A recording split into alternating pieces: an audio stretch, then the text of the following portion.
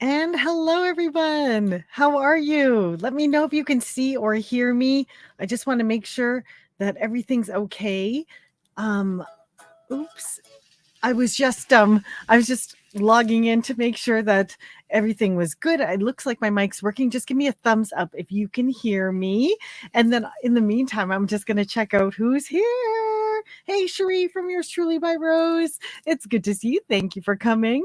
And you know what to do if you've been here before. Let me know where you're chirping in from and introduce yourself. We're a fun bunch here. So, oh, look, we've got people already logged in, and it looks from the chat like you guys are having a bit of a party already. So it's good to see you all. Oh, good. It looks like you can hear me. Hello, ciao, Angela. And how are you? So it looks like Brenda M is here too. And Jet J goes Dutch. Hello, how are you? And my dear, dear friends are here from everywhere. So let's see here. Jojo, you're here. I think you're here. 7:30. I hope it's 7:30 your time, which is Eastern, well, like really far Eastern Standard Time. So I think that's now. So maybe you're on. VJ, hello. Welcome. Oh, and look, Alicia's here. Alicia. Hello, darling. How are you? Thank you for setting your alarm and coming. So we're gonna thank you so much, everyone, for coming and to today's live stream. So we're gonna have a little bit of fun today. It's just a bit, it's casual, but I just want to, you know me, I like to be informative and help you guys out with whatever you're doing. And I'm first of all loving this spring weather we're more or less having. So hello, good evening, Teresa. I love this weather that we're having because it's feeling more like spring, but here in Ontario, it's kind of like fluctuating. So today was like, this is Celsius, but it was 4 degrees. But yesterday it was like negative something. And then the like on the weekend it was 22. So it's fluctuating between like 60 Fahrenheit weather and like 50 and 80, and then back down to like 40. So anyway, I think that's a calculation, but I'm no mathematician when it comes to Fahrenheit and Celsius. So oh, look at that. Angela says, hi, Little John. I love your channel. Who doesn't? Who doesn't? So, and let's see here. Okay. So, just so you know, today, let's see. Proverbs 31. Hello. Good to see you. So, I'm just going to let you know what we're getting into today. So today, what I wanted to talk about was craft shows because it's spring and we are all getting out there. We're making stuff. We've spent the whole summer and a lot of the pandemic season just making. So I think this is great. But if you are logging in, you probably know that I love to talk about business and I love to help you find ways to sell your items. And if you guys are embarking on craft shows, then I just found that recently a lot of questions had come up with regards to, you know, selling effectively on at craft shows and getting sales, selling the things you've been making. So today I'm dedicated to talking and answering specific questions. So if you have specific questions about craft shows, if you're booked into a craft show, if you have a thing you're wondering about what to do for your upcoming craft show, or you were stumped about something that happened to you at a past craft show, I'm here to help you with that because I actually love craft shows. So craft shows, craft fairs, markets, wholesale markets, retail markets. I love it because I get to be around people and I am a social animal. I admit it. I love being around people. This, like being on YouTube, is probably like the next best thing to be in front of at least people. Like, thank goodness the internet was invented before they threw us another pandemic, right? But yes, I am here to like answer your question. So first of all, if you have a question about a craft show, craft fair, or whatever, please drop it in the comments. And if you could put a question mark before it, then I can eyeball it. I'm not the greatest. I'm not as fast as some people on my stream, but I will eyeball it and make sure that I come back to your question. And if I don't see it, if it seems like I kind of skimmed past it, go ahead and post it again if you think that I might have missed it if I'm answering another question. But for the sake of today's craft show and to get things started. I have questions that already were submitted that I know are very common to what people ask about craft shows. So I'm going to answer those ones first. But before then, I just want to make sure the people who are popping on, I didn't miss some of them. Let's see. How am I, first of all? How am I? I I caught a bit of a cold. It wasn't the big pandemic thing, but I did catch a super bad cold a few weeks ago. It was, I think, right after Easter. I think it was just because I was around a lot of people and I wasn't wearing like a mask all the time, and lots of events around Easter time. And then I got tired. And when I get tired or I overwork or overdo it, like, socializing and stuff like that, I can get sick. But I have to say, this is the first time that I'd caught a cold for like 2 years. So I'll say that's not bad, right? So yes, how am I? I'm great now, because I was a little bit, I'd say, kind of, when you're sick, you feel a little bit miserable, but I'm out of that now. I'm not feeling miserable anymore. So thank you for asking. That was very kind of you. Um, and hello, Linda from Rochester. How are you? It's Thank you very much. Yes, hallelujah to the internet. They brought us together. Women, for the longest time, were separated, and now we finally get to come together in a place where, heck, if you're a YouTuber, if you know how to have a one-sided conversation and keep talking about something you love, this is perfect for women, the internet and YouTube, because we can have like a perpetual eternal conversation in YouTube. That's a beauty about YouTube, isn't it? So Maribel, how are you? Oh, it's so good to see all of you guys. Oh, it always lifts my spirits up so much when I get to do a little bit of a live stream. So let's see here. Gloria, hello, Gloria. Thank you for logging in, my dear. It's so great to see you. So let's kick this off, but let me make sure I had a few things to mention too before we get started. Let's see here. First of all, today I'll be answering a bunch of questions, and some of the questions that came in ahead of time. And then afterwards, I will be sending out, I will be creating a tip sheet. I'll summarize the answers I gave.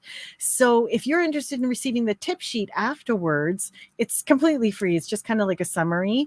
Then I put the link already in the description on YouTube, so you're welcome to just submit that you'd be interested in receiving it, so that when I'm done making a summary of everything, then I'll mail it on out to you in your email.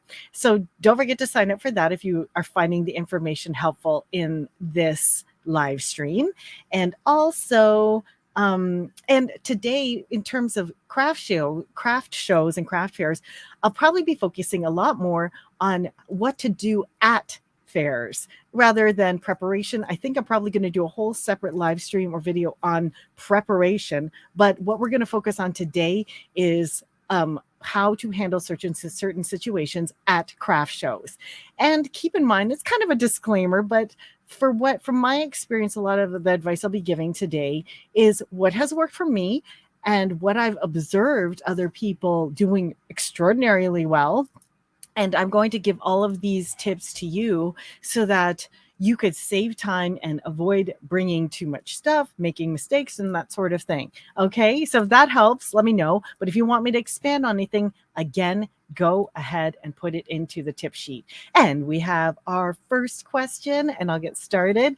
And it is from Alicia, Ms. Littlejohn herself. How many products do you think someone should bring? So thank you for that, because that is one of my very first things that I was going to mention. One of my most common questions that came in from when I was asking people to submit questions ahead of time is, how much product should they bring? Okay. Now, this also ties into how much you also want to make. So basically, if you know your average product is about, so we're getting right into this now. If you know your average product is about, say it's $50, okay? Say your average product is $50, and you hope that in your craft show, we're going to say it's a one-day show, you would like to make like $1,000. Then basically what you would do is, and why didn't I think of this sooner, to have a calculator nearby? But I plan to screen share too. So I'm just going to get ready to screen share this my other screen. Bear with me. Share screen, share, share. Okay, here. And look, I already have like I'm planning to answer some booth questions too. So I have like a weird little diagram here. But say if you were hoping that your goal is you make $1,000 at that craft show and it cost 200 for the booth. Okay, so we'd have to add that on because we want to definitely make it back our booth. And we want to make at least $1,200 divided by $50. You should at least bring 24 units of whatever it is that you're making. So if you're making baby blankets and they're $50 each, your goal is to probably bring at least 24 baby blankets, at least. Otherwise, you definitely won't be making $1,200. And then perhaps make about 10 to 20%, 10 to 30% more than that. So if you add 30% to it, so bringing about like 30 to 32 blankets, then you would know that that's what you want to do. I always start with how much do you want to make. You have to reverse engineer what it is that you want to accomplish at, or your goals at the trade show that you are going to, or the craft fair that you're going to, in order to make any kind of money. So also you would like, that was a very rough estimate just to make sure that you made back your booth fee, but also make sure that you're also making back your materials too. So that's in hopes that your pricing for the $50 already covered the cost of your goods. So make sure that for a $50 blanket, I am assuming that you only spent about $25 on your labor and the yarn together, and that you're making a $25 profit. I hope you followed me there. But if you're not sure what I mean, you know what I'll do? I'll also put in the description. I will put in the description what the pricing spreadsheet, my pricing spreadsheet, so that you could also do the calculations for the craft show. I mean, for how much you need to bring. So if that makes sense, I hope it did. If not, don't be shy. Go ahead and put in the chat, I don't know what you mean, or how about if this happens? Question, like, and put question marks before your thing. So I hope that sounds about right. This sounds perfect for awkward people like myself in horrible public situations. That's why I avoid them in the past. Actually, that's the other thing too, I suppose, like overcoming fear of doing it. That's not on my list of things to answer, but overcoming the fear of going to craft shows, that doesn't go away. You just kind of have to go and then get comfortable with it. But that's why I'm doing this, because I'm hoping that you'll take, like, everybody can take some experiences with them, and the qualms that stop them for doing it, know that you can actually go and have the best practices and just roll with it. One of my best advice is you have to roll with the situations that are presented to you. Now, let's see here. I'll go back to the questions now. Do you have tips for avoiding theft? Okay, this kind of goes into a little bit about how to position your booth too. Now, I'm going to use this diagram here. Okay, cool. So this, because I was going to answer one of the other questions I had about how you would position yourself, because the most important thing to do, I'm going to back up a bit, because this thing that I'm going to mention next is the premise for craft shows in general, like craft shows and craft fairs. Your first objective when you're at a craft show is, one, to make money, right? But two, so much to build relationships with your clientele, and in building relationships, building long-term customers. So you want to build your long-term customers who are going to become repeat buyers, and hopefully not just be that one customer who bought from you that one day. If you've ever been to a craft show that you love, you know that when you go to that same craft show, you probably look for the same vendors again.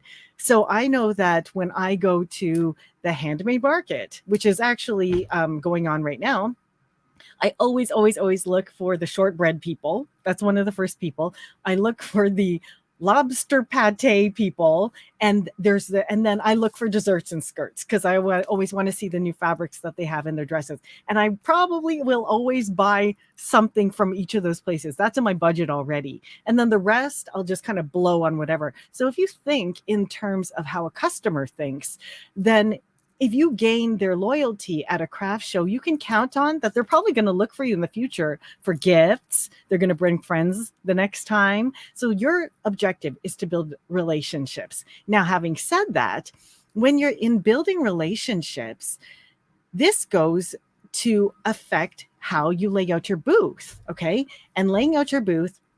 Okay. So say you're in like a 5 by 10 booth, one of those half size booths. And for assumption purposes, I'm going to assume that this is an indoor show. Okay. So this can kind of work too. If it doesn't work for outdoor shows, I know you guys do a lot of outdoor shows too with tents and that sort of thing. But I know I've only done a few outdoor shows, and I tend to prefer indoor shows only because I can control the lighting and the dampness of the area, because with outdoor shows, things can blow away, things can get damp, and I need to be able to make sure that, heck, I'm not electrocuted with my lighting and all that sort of thing too, right?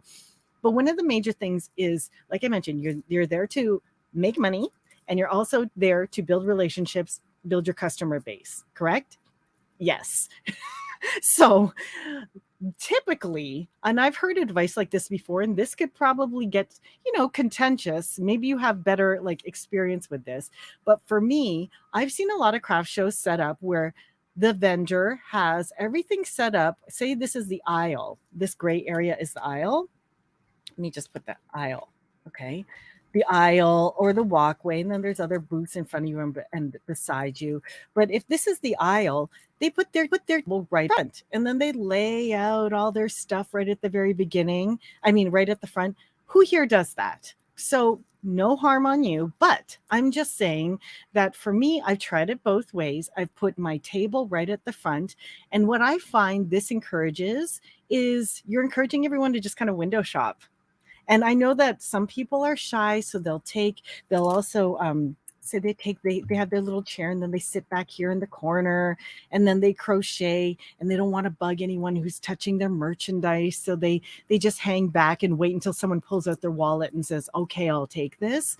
But for me, and this is what I would advise to people, if you are a people person like me and you enjoy being around people, I say bring the table back and have them walk into your space, because psychologically they when they enter your area, you already kind of gain control of the kind of the energy, the dynamic of what's happening here. And no, you don't have to accost them hey, can you want this, you want that? Just kind of hang back and just see what they're touching, see if they really are just grazing. They're oh, no, I'm not here for that. I'm just here to buy food or whatever. If they're there to if they start touching the merchandise and stuff like that, at least you are right here to observe them. It's uninhibited. You're not trying to pounce on them. But if they start to pick up an item, then you can come up to them and just say, oh, that's 100% alpaca. Or they'll be like, which one of these items are whatever? They'll ask about the pricing and that sort of thing. So it's an opportunity for you to be ready to answer a question if they have it, or if you notice that they have something in their hands and they're holding it for a while. Those are huge buying signals. And from there, you should always go in with, oh, are you shopping as a gift today? That's a beautiful segue to ask them if they're shopping for a gift or for themselves. And sometimes, most of the time, expect that they're going to say, no, I'm just browsing. Meanwhile, they're holding your item, right? But if for the most part, assume they'll say, I'm just browsing. But a lot of the time they'll be like, oh yeah, I'm getting something for me, and then I'm going to get something for my son.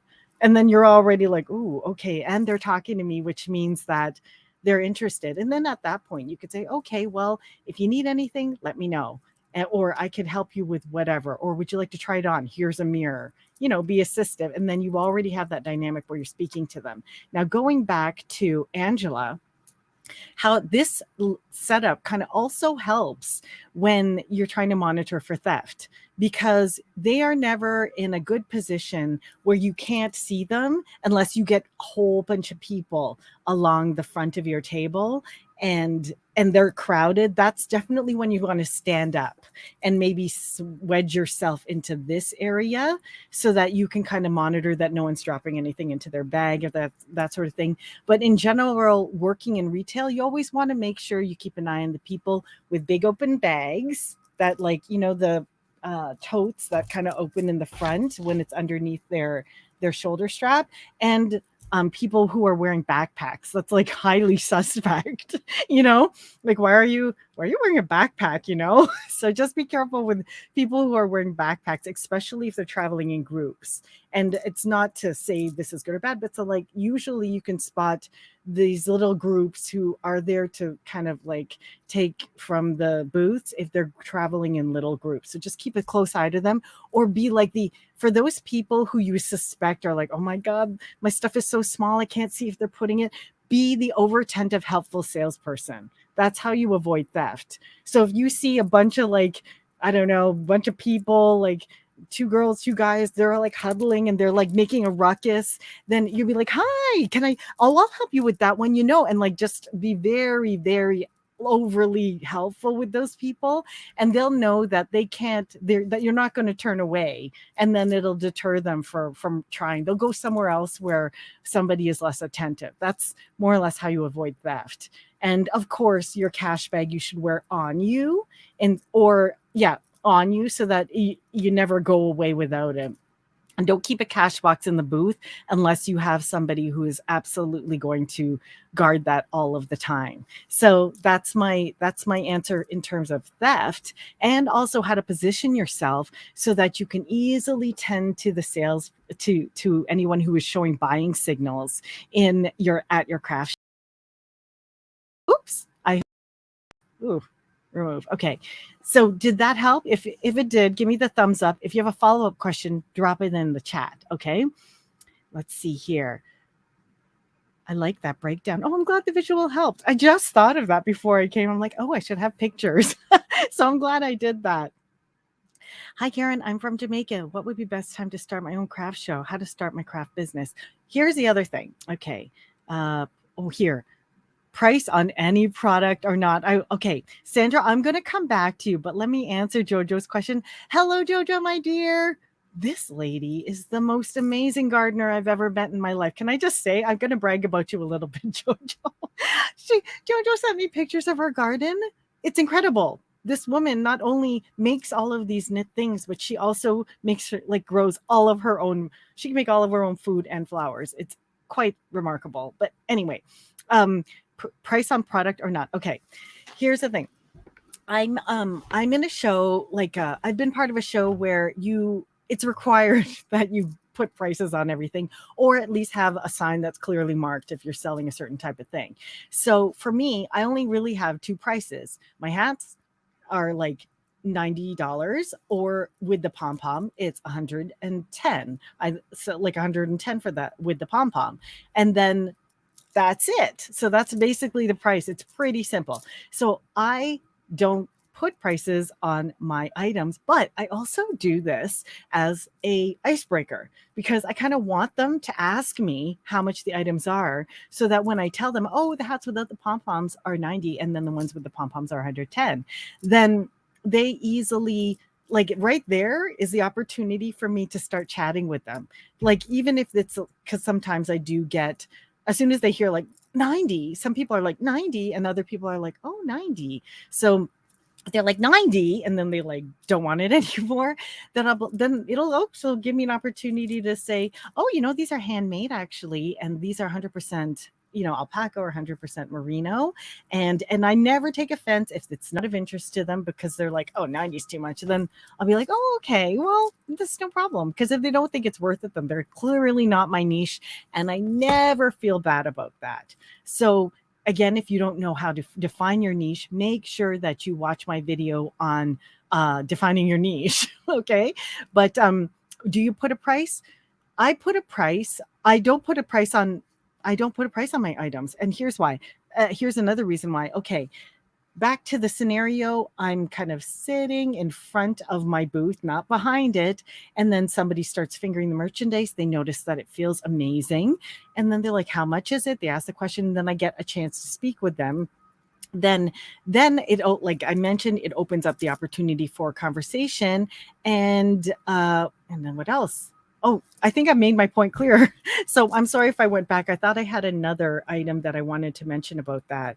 But some people like to put pricing on because, oh, here, this is what I was going to say. Sometimes your booth gets really, really busy. There are times where there's a show I do where they actually have a ladies' night, and that night the handmade market stays open until 11 o'clock, and all the people, like, it's pure free flowing wine for all the people showing, and it's a hoot because there's like fun shoppers coming, but the booth gets so busy and buzzy that it's hard to keep track of anyone. And those are the days that I try and put little signs out on how much everything is. So we don't have to all like kind of scooch around each other and to do the transactions. It's a little bit easier to close transactions faster because you don't want customers waiting for very long to cash out. Because the worst thing is when you have like a lineup and then people give up because they don't want to wait in line to cash out. So just keep that in mind. You're thinking, oh, I don't know if I've had a line more than a couple of people. You never know. Sometimes you get like these lines and you want to be ready because you don't want to lose sales. So that is my thoughts on pricing. So I'm a huge advocate of not putting it on, but I keep things super simple. I know there are some vendors, like for example, say you sell baby toys or like different kind of amigurumi, and you know that you've priced out different things, like the giraffe is definitely going to be more than the whale, and it's different from the panda, then at that point you probably have to put pricing on it. But it doesn't mean to say that you shouldn't still lay it out the same so that you could be highly attentive to people. And if you have more stuff than fits on just the one table, then you might want to consider getting a bigger booth so you have a 10 by 10 booth.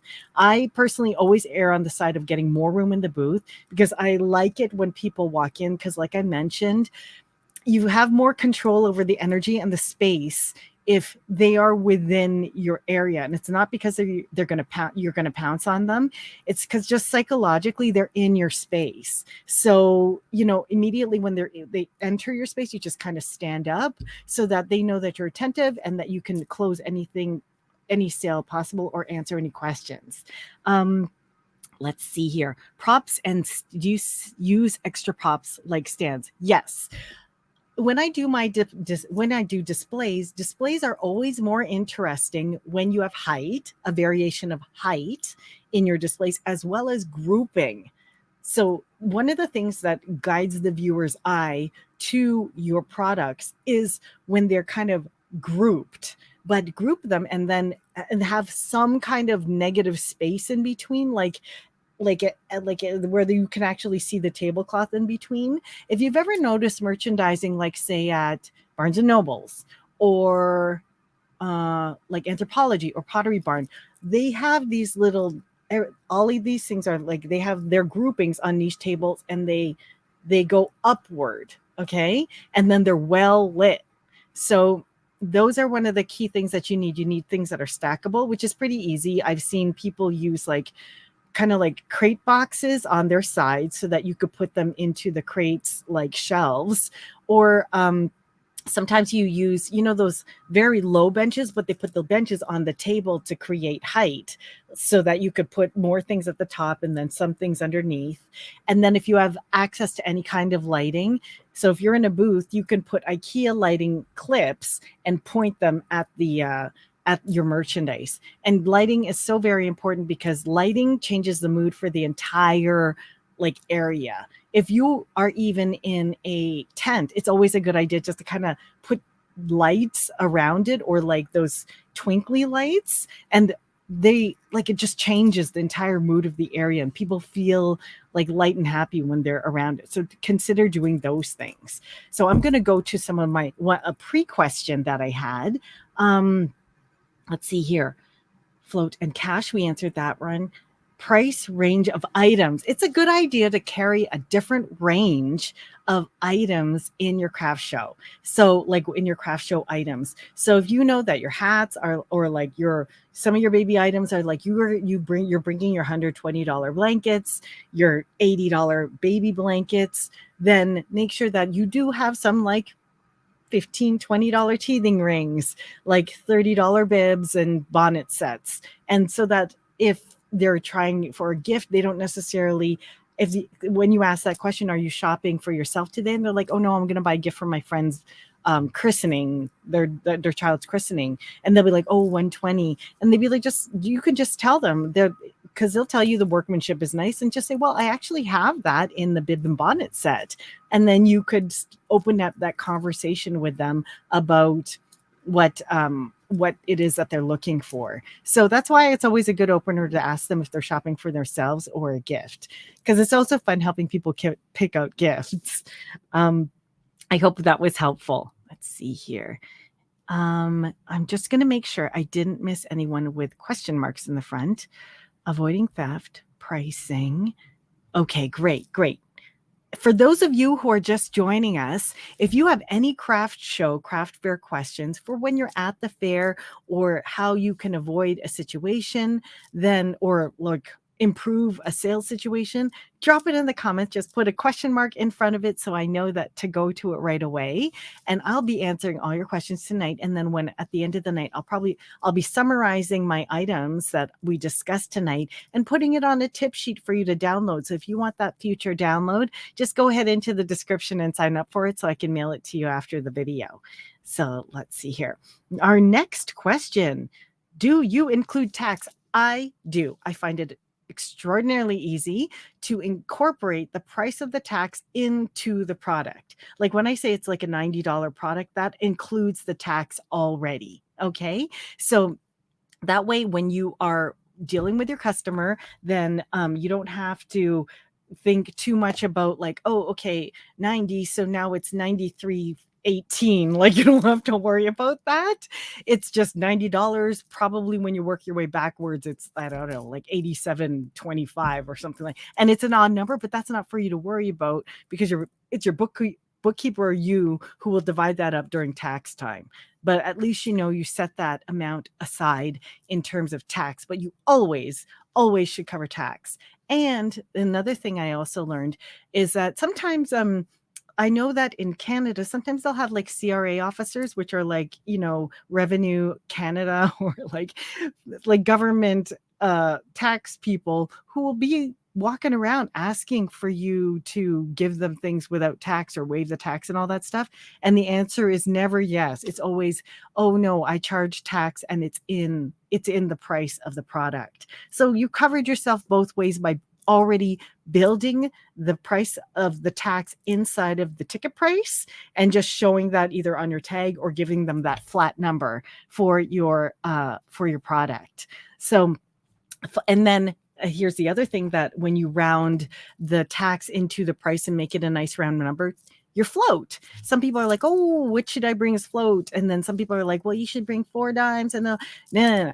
Okay. If you know that your item, like for me, when I run a show, I know my items are like, the hats are $90, and then the with the pom-poms, it's more. But most likely people will always they'll pay in 20s, 50s, or $100 bill, or they'll tap, right? And then you don't even have to worry about it if they tap, because you don't have to have change. But so it only makes sense for me to carry, I carry about 4 5s just to start the day off, of a few 10s. I'll bring like 5 10s and then 1 or 2 20s. But basically, you're just trying to make sure you have enough 10s for people who are giving you the difference between the highest rounded like cash combination that somebody would pay for your items. So if the total, like even when they put things together, like if they bought 2 $90 hats, it's already 180, then I need a 20. So I focus on 5s, 10s, and 20s. However, if you know that the combination of your items come to things that are multiples, the easiest thing you could do is make them multiples of 5. So 75, 20, like 10, 15. That way you can carry round number amounts of float, like $5 bills. In the States, they still have $1 bills, so that's kind of convenient, but it just makes it so much easier to only have like ones, fives, tens, and 20s. So just consider that. And I never bring more than $100 float to start the day, because ultimately you're going to end up with more cash and bigger bills closer to the end of the night. So that's how I tend to do it. But it also depends, again, like I said, the price of your products. So if you're dealing with things that are like $1 or $2, then you're going to have a whole bunch of singles to help people like come to the count up to the highest bill that they can give to you. Okay, so I hope that helped as well. Do you avoid certain types of shows, or do you go to as many as possible? Oh, this is a good question. Thank you, Alicia. This goes back to what we're always talking about, and I'm going to point to that again: knowing your niche. Okay, so if you don't know your target audience and who it is that you made your products for, if you don't know that, for example, you're making winter hats for people who are like hockey moms and do a lot of outdoor activities like soccer and that sort of thing, and they like mid-price stuff, so the hat's got to be $30 to $50, and they like these particular colors because they usually match the team colors or the school colors. If you don't know those things in particular about the who that you are selling to in your craft show, then you won't know which craft shows to go to, right? So I'll give you another example. Baby items. Say you're making heirloom items, christening caplets, like bibs, booties, bonnets, little sweaters, and that sort of thing for babies, and maybe some amigurumi stuff. You're probably targeting young parents who like high quality handmade children's items for either gifts. So you're going to be targeting grandparents or couples or people with young children or godparents, right? So you'll have to think about what areas are those craft shows. Am I going to go to all craft shows that I'm invited to? No. I am going to go to craft shows where the demographic area has a high propensity that a lot of my target niche will go there. So that would be up to you as a business person to determine where are all of the newer houses in the area, where are the families that have young families moving into, and then where do they shop. So you would have to kind of think about those types of things, and then target those craft areas and the types of areas. Are you going to sell at the flea market if you're selling a $100 bib and sweater set for a baby? Probably not, because they probably have like super duper cheap ones at a flea market. You're probably targeting a like specialty craft show, maybe a baby show, maybe what else could you be? Like you're probably targeting being a vendor at a photography conference, like, you know, those photography shows where they like have baby and wedding photographers talk about photography, and then they have vendors. Props for baby items would be amazing there. So that's where you probably would also vend. You'd also probably vend at if you're a baby person or carrying things for babies. You guys probably are thinking of these way faster than me, but where would I try and think of where baby parents and people who buy gifts for baby items would be. Probably like all I can think of is like baby shows, maybe even like certain church craft shows or bazaars, like bazaar fundraisers, hospital events, like hospital craft show events, because there's always babies, especially like if you can go to children's hospital. Oh my gosh, they would like you would do amazing there, because people visiting will probably be looking for a gift for the kids that they're visiting, right? You can even make neonatal things too. Here I'm niching for like the baby audience. If you sell baby items, I hope you're writing this down. So like, for example, I recently got pitched to attend a ladies golf fundraiser event where the proceeds are going to a sick children's foundation. And it's spring, and I don't like, at first I was like, am I going to do this? But then it always goes back to, what's your niche? These people who golf are the same people who invite me to ski shows. Ski shows, They wear hats and scarves. That is my jam.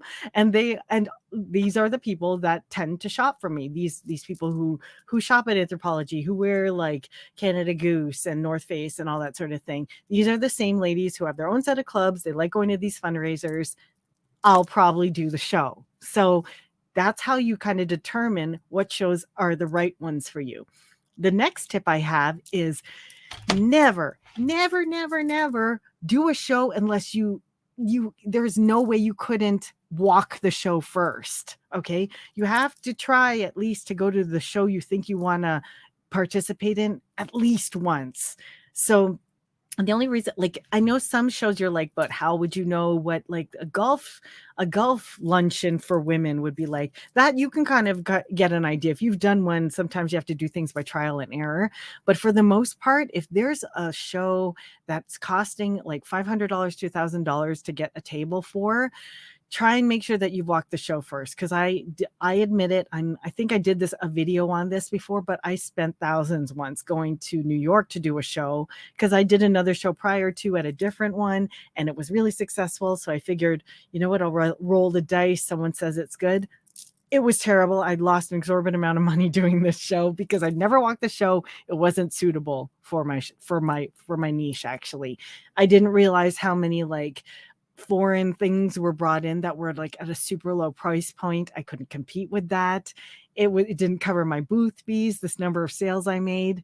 So I admit it. I made terrible mistakes. That's why I do YouTube because I don't want you guys to spend exorbitant amount of money trying to build your business up and be like, oh my gosh, I just blew thousands of dollars on a show that made me nothing. So anyway, yes, that was a incredibly good question. So was it the worst? Yes, it was wait. Oh, here we go. How do you deal with people who try to lower your price? They say the other booth sells for lower. Okay. I love that question. And we're all victim to it, I presume. I remember when I did my last Christmas show, before like all the corona, this and that's, someone said there was a new vendor, and I tell you, this person copied almost everything I did the year before in their booth. They had a white Christmas tree up. They had the crochet or like ornaments hanging from it. They had pom-poms, and they're like, I was like in shock when I walked in.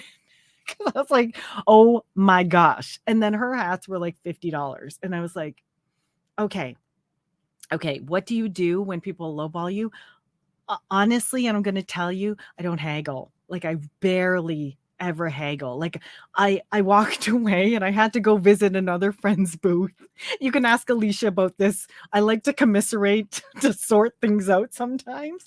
But for a minute I was a little ticked, but then I was like, okay, you know what? It's okay. Like I've done the work. I know my niche. I know my brand. I have an established relationship. I trust how I've merchandised.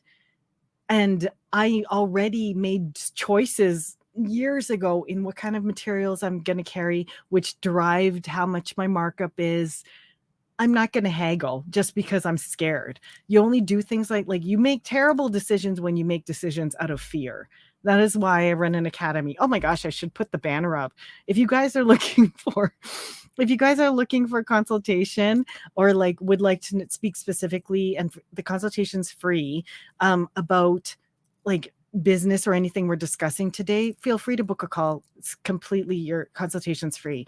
But you have to come back to the foundations of what and how you established your business, your niche, your product. Okay, if you haven't got that foundation, call me because I can help you work that out. But that is once you've got that foundation, you feel solid about not haggling for your product. So I'll tell you, there was this one family who came in and they were trying to, of course, haggle. They wanted to buy my alpaca hats for $50. And I was just like I'm at a show where I paid $5,000 for this table, and they want me to lower my price. It's impossible at this point. I already have to pay for the booth. So I was just oh, I'm sorry, I can't. It's $90.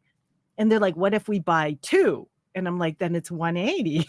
It's 180. Like, what can you do? And then I'd be like, maybe I'll be like, you know what? If you sign up for my mailing list, I could probably give you both for 175.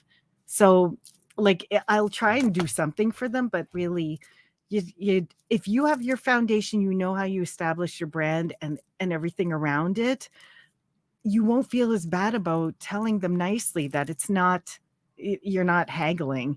You could, however, put more stuff in it and knock off 5 to 10% for them. I mean, there's nothing wrong with that. You're going to probably have a if you ever had a sale where you're giving like 15% off, it's not more, don't give them more of a discount than what you would give at your Black Friday sale, or the biggest price you would give if they're like a new sign up on your website, which is probably about 10 to 15%. There's nothing wrong with that, but try and sweeten the deal for you too by adding something on that. Like if they're like, oh, I want the bonnet set, so that the bonnet set's 50. They're like, well, I'll give you 25 for it. Say, well, if you buy the bonnet set and the booties that you were handling or whatever, I could probably put them all together for 75 if you want. And if it's no, then say, oh, okay, well then if you sign up for my mailing list, it's 45. That's probably the best I can do. But, and then you just be honest with them. I hope that helps, but it's just answer with sincerity, because I mean, they can't expect you to work for free. You know what I mean? So like, imagine it's like somebody at your work saying like, hi, Bob, can you work for free today? You would laugh at them. You'd be like, well, no. Because I need to feed my family, right? It's the same thing. Just don't feel bad if you have you've done the work to establish that. But you can have it in your back pocket that you have like 5 to 10% discounts, but make sure you at least get an email from them, or you get them to buy more. Okay? You know what'll happen sometimes? They'll be like, oh, my friend wants to buy something too. Let me go get her. And if we put ours together, can we get the discount?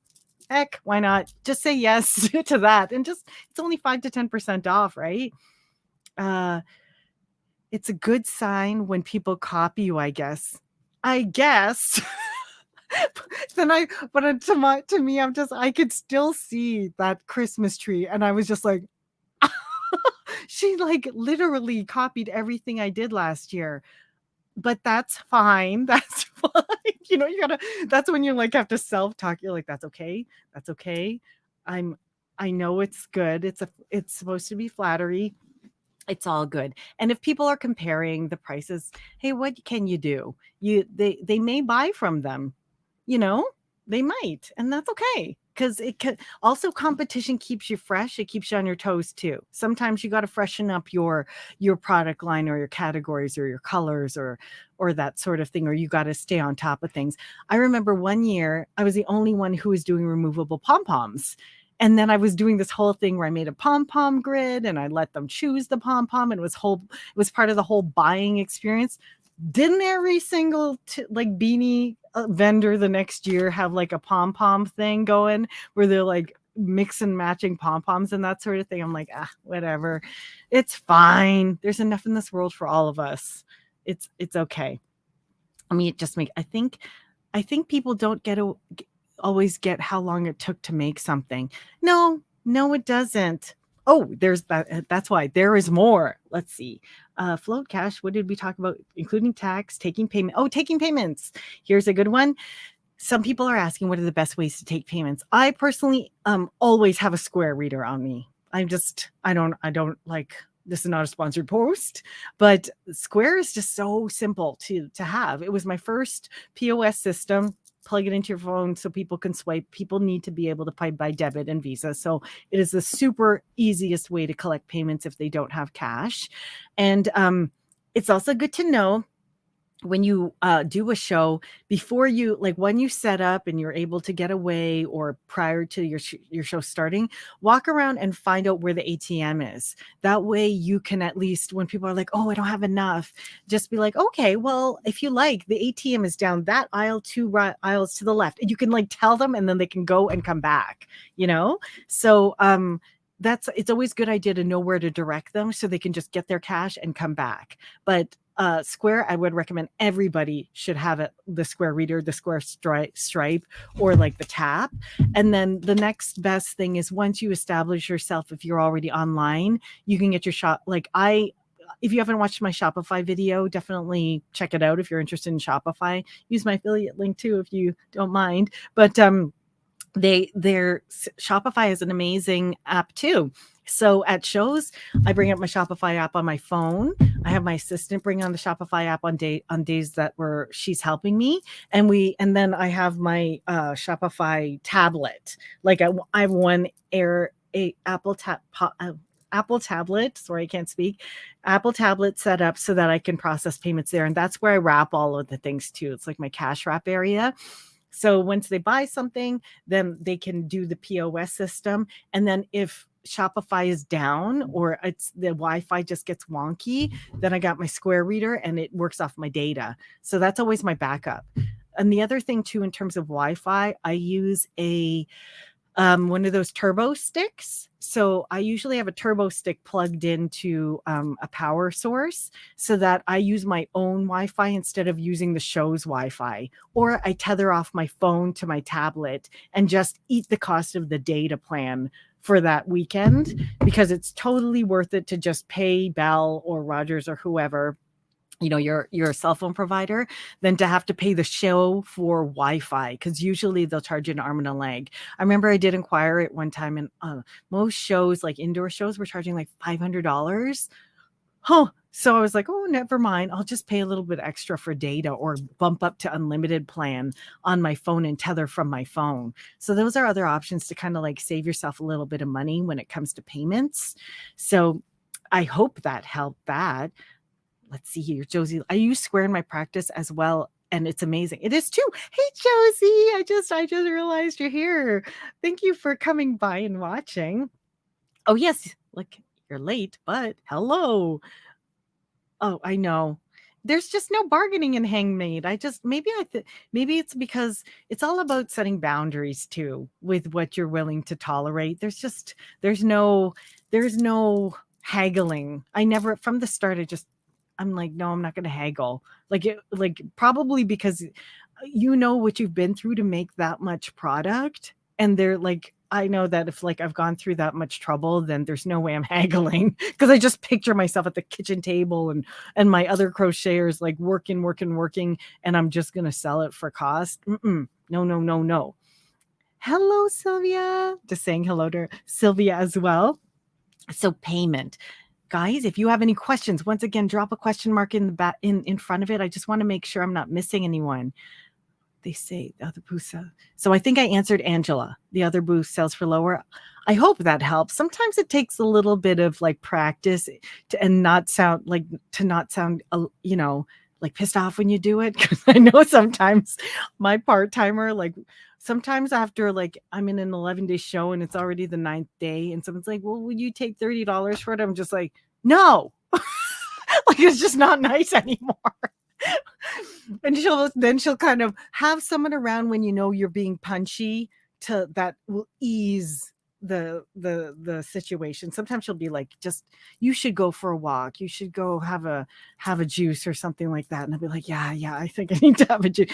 No, know yourself. That's an aside tip. Know yourself. And when you get tired, and have backup when you get tired. I always have my part-timer. If it's a 12-hour show, I always have a part-timer. I have to have a part-timer in any time after 3:00 because I'm like toast by then. I have trouble managing my tone. If you know what I mean. Like, yeah. It's so funny. If you've ever seen Ronnie Chung, he talks about how he has trouble watching his tone. Let's see. I have a question here. How can I crochet with my toddler constantly wanting attention? Oh, that's a toughie. Let me come back to that one, Jasmine. I will help you out with that. What do you do with your Shopify shop when you have a show? Do you keep things on your shop or you bring them home too? Cherie, you're going to love this. When you finally get onto Shopify, you don't have, it actually is easier once you're on Shopify because all of your inventory is tracked through Shopify. So if I'm at home, take for example, because I'm on Shopify, say my part-timer comes, I go home, and then I realize I took online, there were some online orders that came in during my show, plus I'm still selling. The inventory tracks both.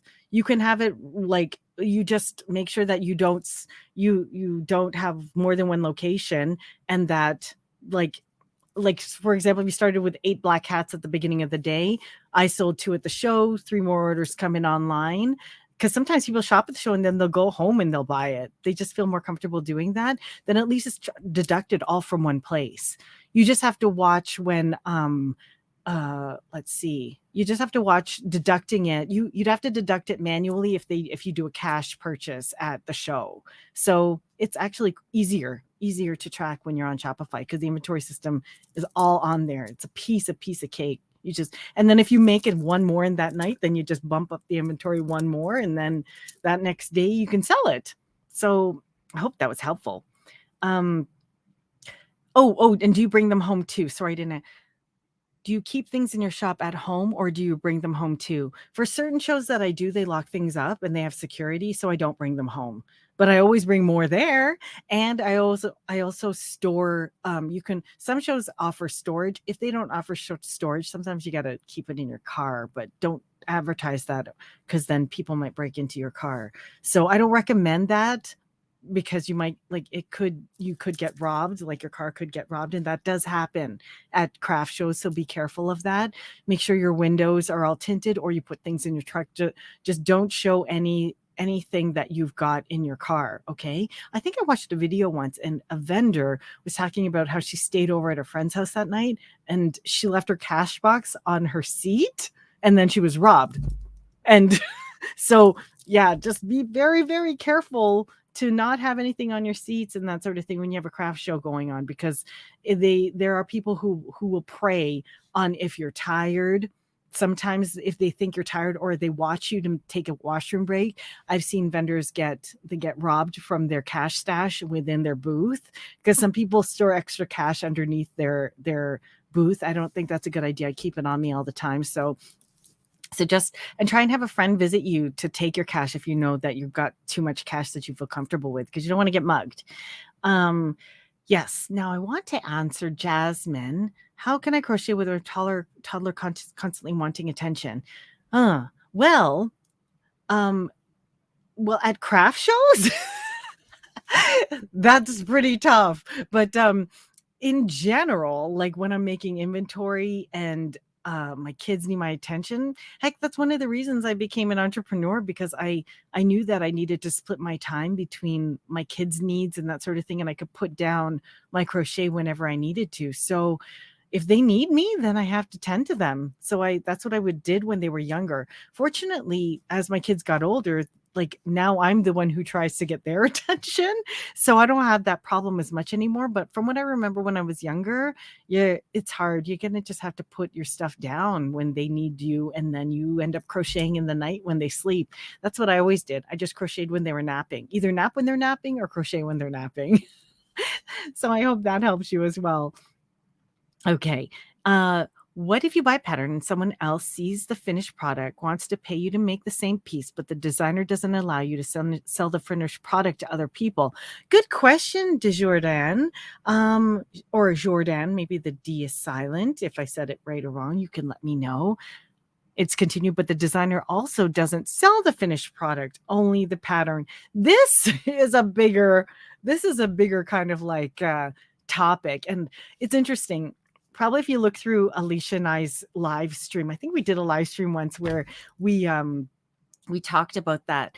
And also Pam Grace from Crochetpreneur, she also talks about this as well. And I'll just go over it in a nutshell. But designers who put stipulations on how much you can sell, and if you can sell their finished pattern, they actually don't have any control over that. You can only control if you have a copyrighted item. And I'm not a lawyer, so there could be ways that you could, like, someone could get that upset. Like if you've created, you can copyright written works, and you can copyright art. So for example, if you painted a feather, somebody would not be allowed to take that image of the feather and then put it on a whole bunch of backpacks and call it their own, because the image is copyrighted. And in a lot of states, it's automatically common law copyrighted for you if and if you could prove that you created the item. But if somebody says you can't sell a finished product, they can't actually stop you. But I personally wouldn't sell a pattern of sell a finished product of somebody who has that kind of stipulation on their pattern. I'd either design my own pattern then, or I would find a similar pattern to work from. And then that doesn't have that kind of stipulation. Because, for example, say you go to Fabricland and you want to make an A-line skirt. So you buy a Vogue A-line skirt. Vogue can't stop you from making finished products and selling them. And pattern makers, if you've already bought the pattern, they can probably, you're not allowed to reprint their pattern and resell it. But if they don't want you to resell their finished product, then I wouldn't use their pattern to sell. That is my best thing to do. It. You could write to the author of the pattern and let them know you would like to sell them in small quantities, just to be nice and get their blessing, and then give them credit for it. But personally, I just kind of steer clear from the whole thing, and either find a pattern that's similar that you like, or design your own pattern. That's what I would do. Okay, let's see. But the designer, whether or not they sell the finished product, it doesn't matter. They for the most part, and I'm disclaimer, I'm not a lawyer, but that is pretty much the common law way of handling that kind of thing. So if I'm wrong, you could let me know, but I'm pretty sure that's the way it goes. Let's see here. Where do you get your fancy yarn from? Can you put the list in the chat or make a separate video? I would love to, Michael. That would be lovely. I get this stuff from behind here. Is kind of a collection from over the years, but I get a lot of my yarn from, I have imported some yarn from Peru, which is super hard to do at this point because of some of the supply chain problems in the world. But I also get my my yarn wholesale from Diamond Yarns, and it's not endorsed, but if you let them know that I sent you, then maybe they'll lower the minimum first buy requirement. So it's called Diamond Yarns. They sell across North America. They're the largest distribution for yarn in North America. So I'm pretty sure it would be no problem. I know some of my students in the States also use Diamond. So check them out. Let's see here. Oh, someone has to go. Thank you for sharing. My pleasure. Okay. So anyhow, let's get back to some of our juicy questions. Okay. I talked about display height. It's always good to have varying height, and it's also important to have good lighting. Now, if you're in an outdoor show and you can't have plug-in lighting, and it's not a bad idea to get those little lights that you can kind of stick to the top of the or bottom, like even the tea lights that run on battery, and put them inside of your square shelves or your side shelves, because again, lighting, it changes the atmosphere and the appearance of your products. It just makes it a little bit prettier. And greenery is also super duper helpful for making it look sparse. It makes it warm, a little bit more organic, and it softens the corners of shelves and that sort of thing. So consider always having those things as well. Let's see. Don't forget, if you're just joining us, put your questions in the chat with a question mark before it. I'm answering questions that are coming in on the fly, as well as questions I received ahead of time. So give me a thumbs up if you're enjoying it. Thank you so far. Jordan, no problem. And also feel free to book a call with me if you want to know a little bit more strategy specific to your niche or business and that sort of thing. I'd be happy to help you out with that. And I also described to you where to stand. Oh, here's another little tip that I also use. Now, when I was describing a little bit of a layout and where you can position yourself, if it is a really, really long show, consider buying a chair that's higher. You know, the ones that they're just higher. They're like bar stools that are higher. Because then you still are at the same level as people who are standing, but you're not so low. You're not so low to the ground. So you can still kind of make eye contact and sometimes even have conversations. If your feet are super duper tired, at least you're high enough to kind of still be at their eye level. That's just a little tip in terms of which chair to use. And let's see. And another thing is, after you've set up, try to be one of the first people, like be early when you go to your craft show. Never, never, never be late, because oftentimes there are lineups for people who want to enter the show. But as a vendor, you want to be there to get the first people right when they are at the top of their budget for shopping at the show. Hello, EJ's daughter. Look at you. Thank you so much. Oh, yeah. And then what's this? Wash hands. Wash hands. What does that mean? Are you washing your hands? Sorry, I'm not up to speed on some of the lingo, but I think you tried to give me the thumbs up. Thank you. I'm glad that this still continues to be helpful for you.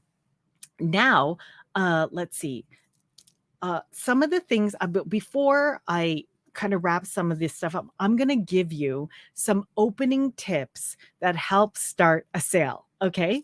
So some of the things that you could do when somebody walks in is, like I mentioned, ask them if it's a gift. Ask them if they're shopping for themselves or they're shopping for someone else. And then be welcome to like helping them try things on.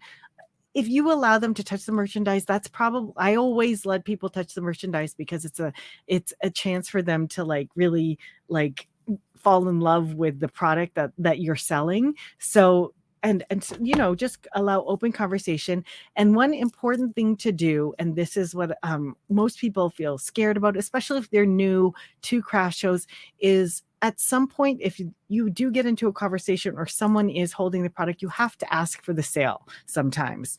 So if they're not coming to you, which they often won't right away, you should say, hey, can I wrap that up for you while you continue to browse? Or do you enjoy, like, is there any particular color that you're looking for? These are other things that you can help them to guide them towards closing the sales so that they finally get to the purchase. Okay. Or like, would you like a bag for that? Or do you want me to do you want me to put this into your bag, or do you want a new bag for your purchase? And if they're like, oh no, I don't need another bag, I can just put in this one, say, okay, let me go ahead and cash you out then.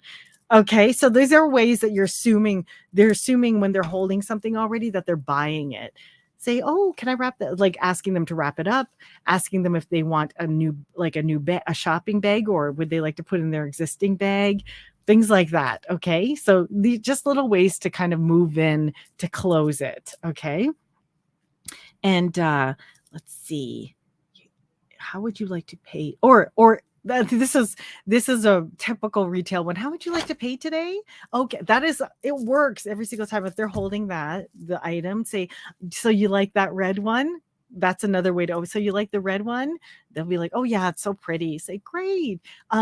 How would you like to pay today? Can I wrap that up for you? And then sometimes they'll hand it over. They'll be like, oh no, I'm still looking, but I want this one. And you're like, okay, I'll start wrapping it. And you can start wrapping. You're like, okay, I definitely have this one sale. Now they're going to probably buy another one, right? So just kind of keep it moving, stay really hospitable, and don't think of it like selling. Just picture that they're at your house and they're like having dinner. Like, oh, do you want the drumstick or do you want the thigh? Like that removes the feeling that removes the feeling that you're being salesy.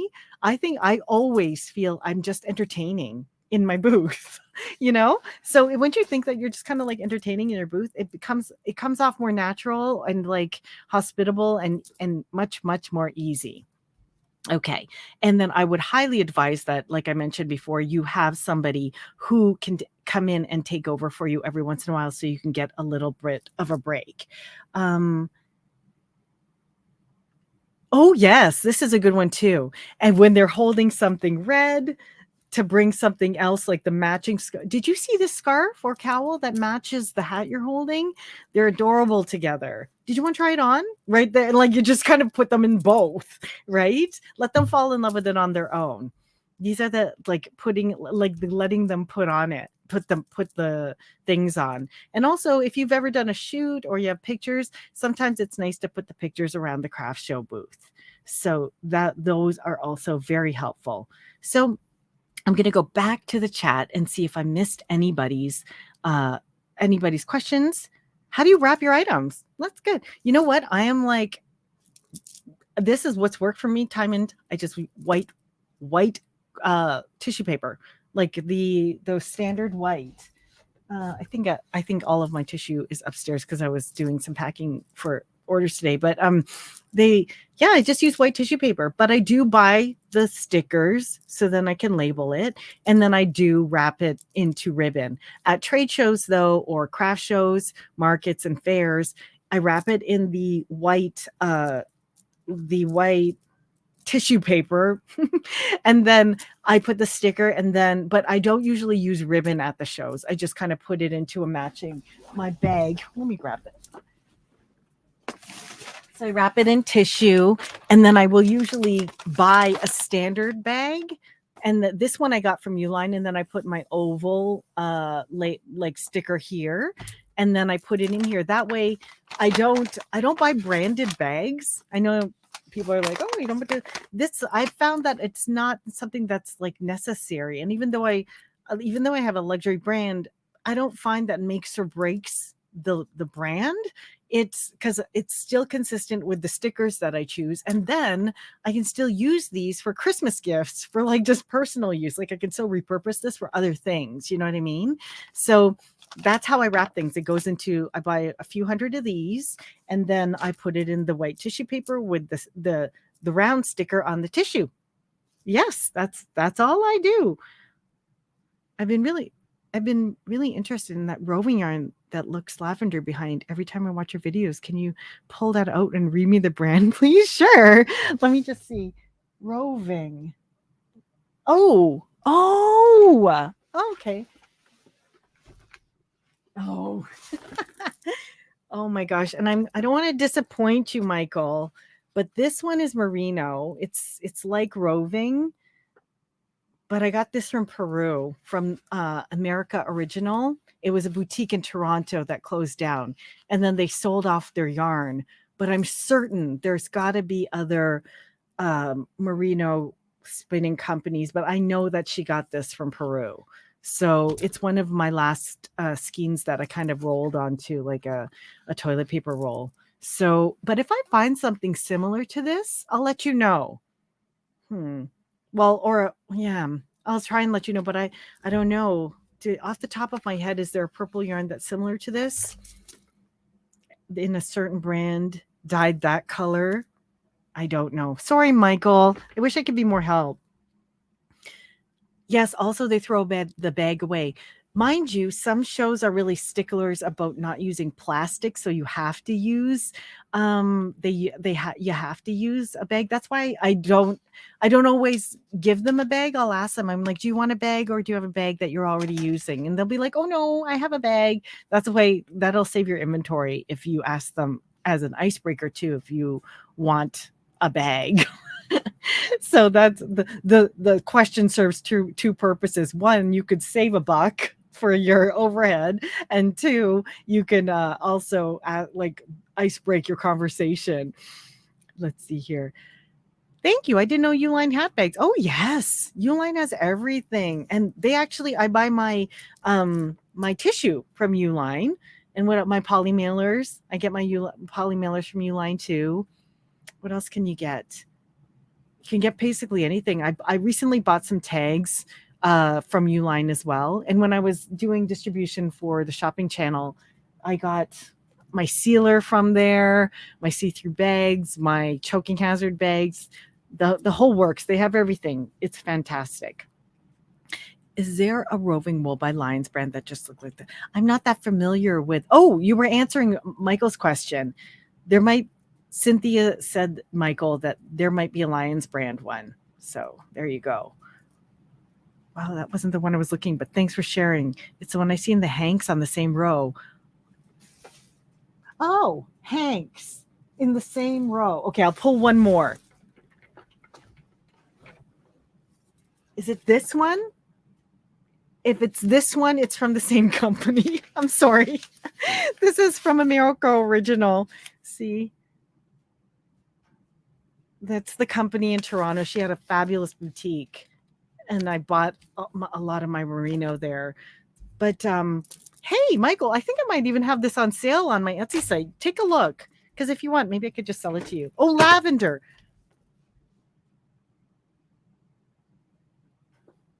I'm sorry, I don't know. I don't think I have lavender back there. Maybe the color is making it look light. But lavender. Oh, wait, what did I just do? Anya. So sorry about that. I'm just not on the ball here. So let's see. I'll just make sure that I've answered all of your questions. Okay. I think I've answered all of your questions, unless you guys can think of anything. My apologies. After this, I'll take a look and I'll tag you if I clue into what you were pointing at. Okay. But anyhow, Michael is looking at the lavender behind you. This is the cubby below the tan and white. Okay, I'm going to give this one more try. I'm sorry if okay. This one?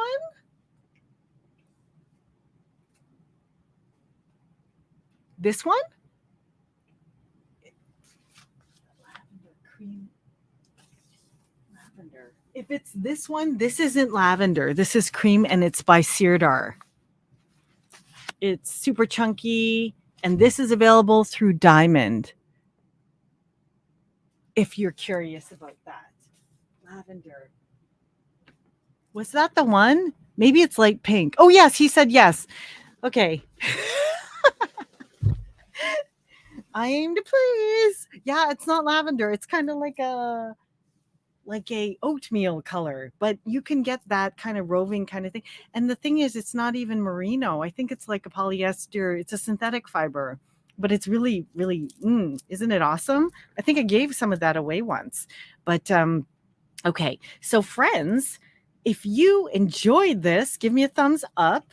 And if you have any other questions, I'm going to do another craft show of live stream on preparation, and that one I want to be able to give you guys a checklist of things to bring.